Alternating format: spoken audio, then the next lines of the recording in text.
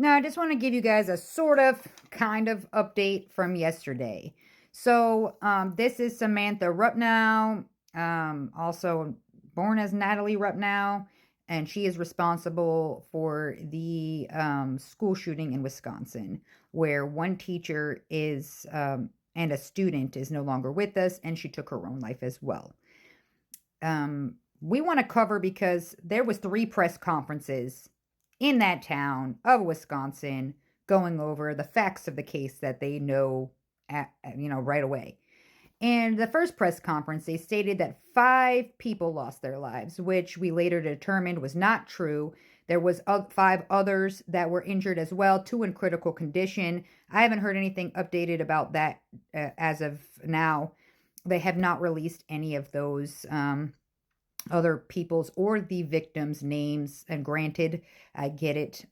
It's so close to Christmas too, and these families now have to get through everything and suffer. So I get why we're protecting them. But let's get further, okay? The other press conferences were no other update, but yesterday's, the last one they had. They came out and stated, so the whole time I was reporting, and so the news everywhere was reporting that there was a 2nd grade student that called 911 to report this when it was happening. And then we later come to find out by the chief of police that that isn't true, that it was a 2nd grade teacher. And I'm just real lost because we're looking at you, sir, for answers. So it's not creators' faults at all or the news fault in this case. It is solely on that police department because they came out and stated that as facts, and it went like a wildfire because they're doing a live press conference with all these news crews. And you get a 911 call.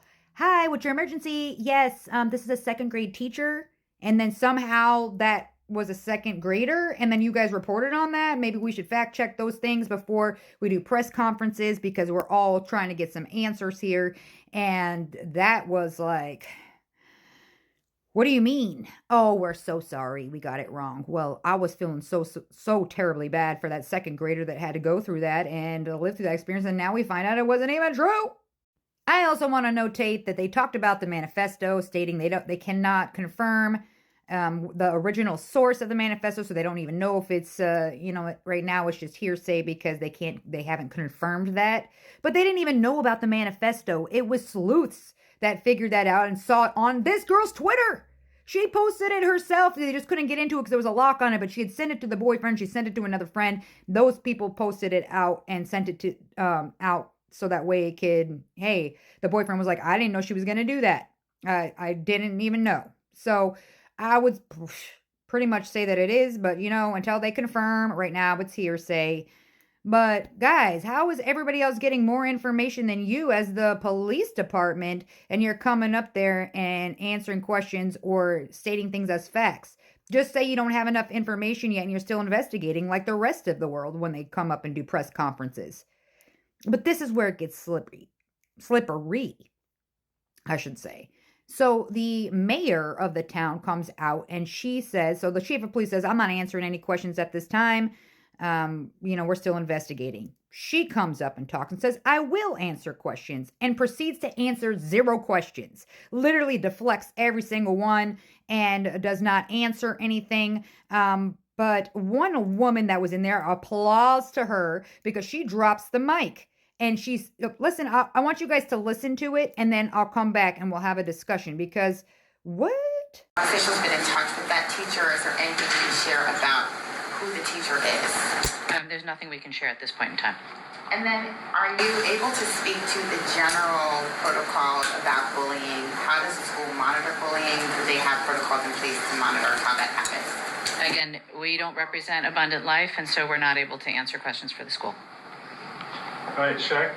Is anyone from Abundant Life able to speak, or she just walked out? She just handled it. Okay, just making sure. Okay, we gotta wrap it up here. So we'll go. Well, Mayor Conway, are you able to just say? I mean, right now we know the victims as students and teachers, nothing more. Can you just speak a little bit more to that? I understand you're trying to respect their privacy, but can you speak a little bit more to the personality? Were they engaged in sports? Were they beloved by the community? I'm sorry, we can't share anything more at this time. And it's Rhodes, Conway. Oh, excuse me. Yeah. We really can't share that. Okay, so Adam from CBS 58. Sure. So it's been 27 hours now. Why can't we share the identities of the victims? It is my first priority, and I believe the priority of many of us here, to respect their privacy and their timeline. These are folks that have been deeply impacted by trauma and are grieving. And frankly, I think it should be up to them whether and if they want to share any personal identifying information with anyone at all. But it's not up to me. It's a law enforcement decision. And so when law enforcement feels like that's appropriate, they will share that information. The shooter was named yesterday. Do you know why the victims were not named? No, the that's a law enforcement decision. Unfortunately, he walked out the door, too. Do you know when we'll be able to talk to him? I don't. Adding off that question, I mean, we've been sitting here for the last 27 hours, as Adam mentioned. Why would you guys not have the proper people in place to answer some of these questions? You guys, including the fire chief, have sat here and tried to say that you want to dispel rumors on social media. You want to make sure that you're giving factual information. We're asking questions that have been circulating on social media, including rumors about the victims. Why not provide clarification and actually have people here to answer those questions to set the record straight? I don't know how many times I can say this. We will share good, factual information when we can. None of you is obliged to stay here. You're free to leave. You don't have to be sitting in this room if you don't want to. We will share information when we can. It's very important that that information be as factual as possible. Now it's important. All right, I'm going to say this and then we're done. It is absolutely none of y'all's business who was harmed in this incident. Please have some human decency and respect for the people who lost loved ones or were injured themselves or whose children were injured. Just have some human decency, folks. Leave them alone. Let them grieve. Let them recover. Let them heal. Don't feed off their pain.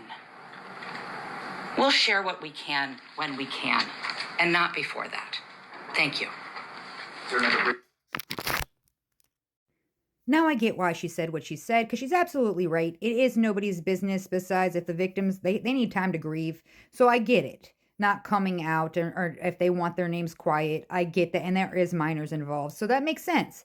However, that woman just wanted some answers on to, can you just give us a brief statement? Because generally people just want to know the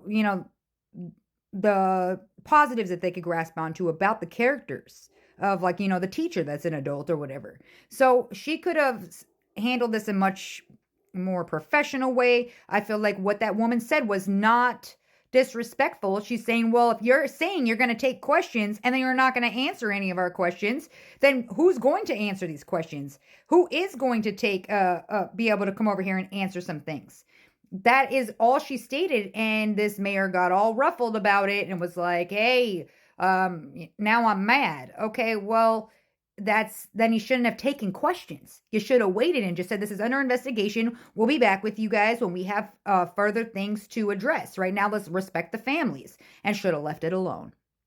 But no, this is the kind of stuff that you're waiting on, and people just want answers. Her manifesto, that thing, I mean, this girl was really angry at the world, apparently.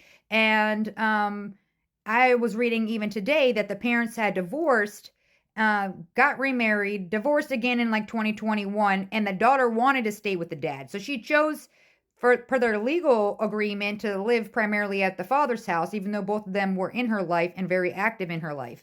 So hopefully more will come out to why she's so angry and what caused her to go down this road. But let me know what you guys find, because the facts are crazy. Even the ones providing it aren't doing a very good job of accuracy. So I'll be willing to look at anything. I hope you guys have a good rest of your hump day, and I'll talk to you later.